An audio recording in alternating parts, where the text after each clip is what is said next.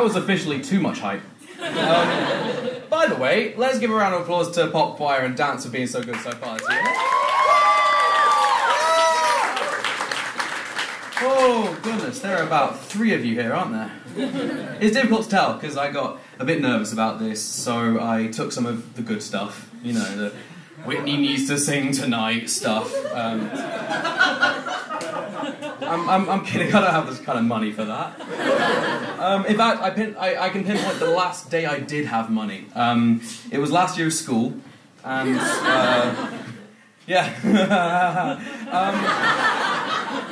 It was the last year of school, and myself and a couple of friends had decided to go out to the pub in the next village over. And what do you do when you're irresponsible and young and you think that cycling and drinking is good?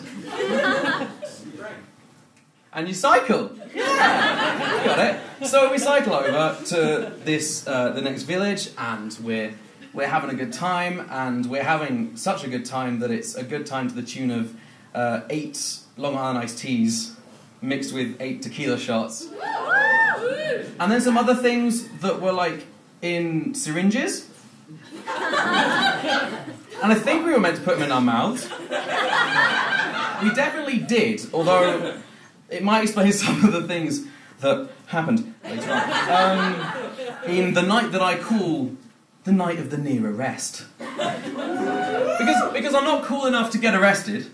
I'm cool enough to get about, 75% there, and then just bail out, as you'll find out. So we leave the bar. It's, I don't know why I'm looking at my watch. It was 3 in the morning, and we decided to waddle on our merry way to get our bikes, which were at a friend's house, and then we got on our bikes with, so we say, a little trouble. And then we cycled down to the end of the street with, shall we say, a bit more trouble. And then all I can say is thank God it was 3 in the morning, because if there were cars, I wouldn't be here. So we're shall we say, weaving down the road. And it was myself and my friend Joe, and he veered off into a car park, fell off his bike, ripped his trousers all the way up, you can see things,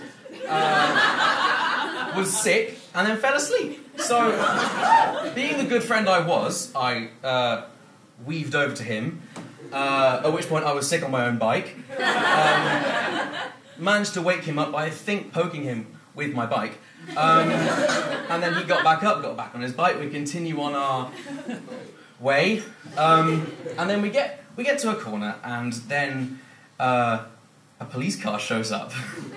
This was like a community police. It's not like real police. Something that my friend Joe very helpfully pointed out to them when they got out the car.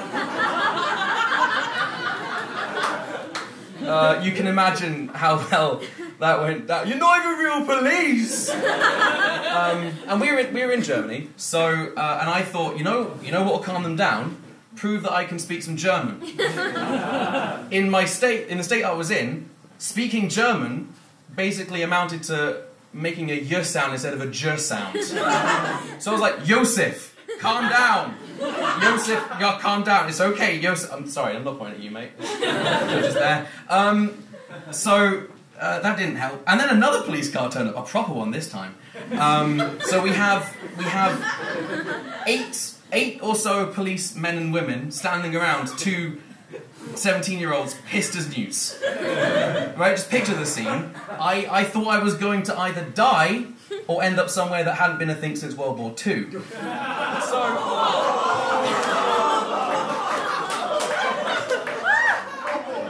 Oh, that bit wasn't in the original script. They give us 3 options. They give us 3 options.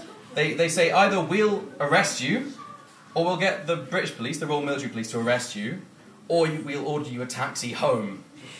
And I said, no, it's okay. I can take care of Josef. I can take care of him. It's okay. At which point I was sick on my bike. And they're like, okay, right, no, we're not joking. Arrest, or cycle. It's like, none of them we try to cycle off, and they literally grab our handlebars, like, no, 9. either you get off those bikes or we take you away to where bad people live. So okay, we'll go. So then we have to walk our bikes with a police car going at walking speed behind us, and we can't even go like properly. We're going everywhere. We're basically on the road again. They nearly ran us over a couple times. By the way, what happens when a policeman runs someone over? Who do they call? Anyway, so we get to the friend's house, dump the bikes, and they've called us a taxi. So we get in the taxi, and we get to where we were getting out. No, actually, we didn't get to where we were going out because first we was halfway through the journey, and I realised I was going to be sick, and I was sat in the passenger seat. So I buzzed down the window, and I went to be sick out the window, but I missed the window. And it was the passenger seat. He knew. So then we get to where we were getting out, and we realised we've only got a fiver between us, and this guy is just like, get the fuck out of my taxi, I swear.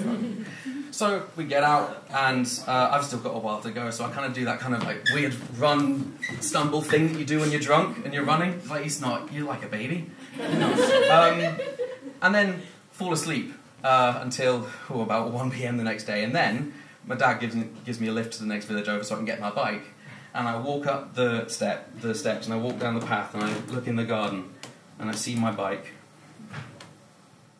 Who the fuck was sick on my bike? I've been Fraser Nickolls, thank you very much.